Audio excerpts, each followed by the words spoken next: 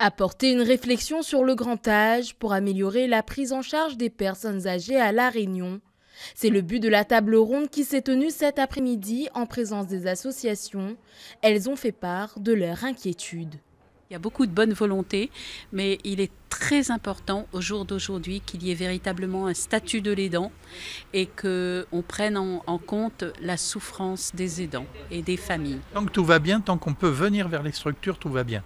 Mais à partir du moment où on ne voit plus bien, on ne marche plus bien, qu'on n'a plus de visite, plus d'amis, plus de voitures, on est chez soi à tourner en rond et là, on est très difficile à joindre. Et c'est là que commence le début de la dépendance et la perte d'autonomie.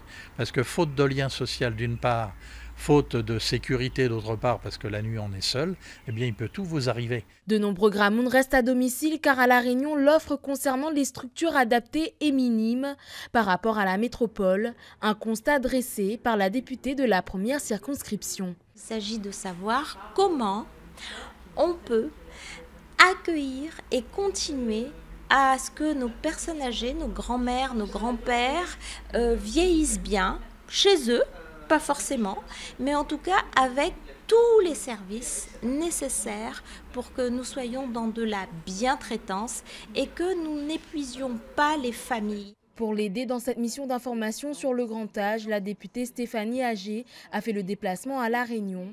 Après 2 jours de visite, elle dresse un premier bilan.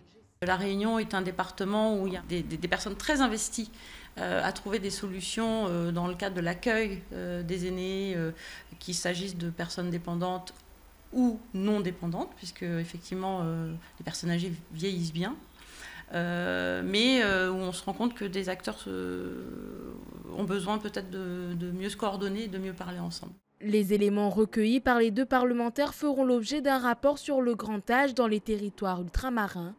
Rapport qui sera ensuite remis à la délégation d'outre-mer le 23 janvier.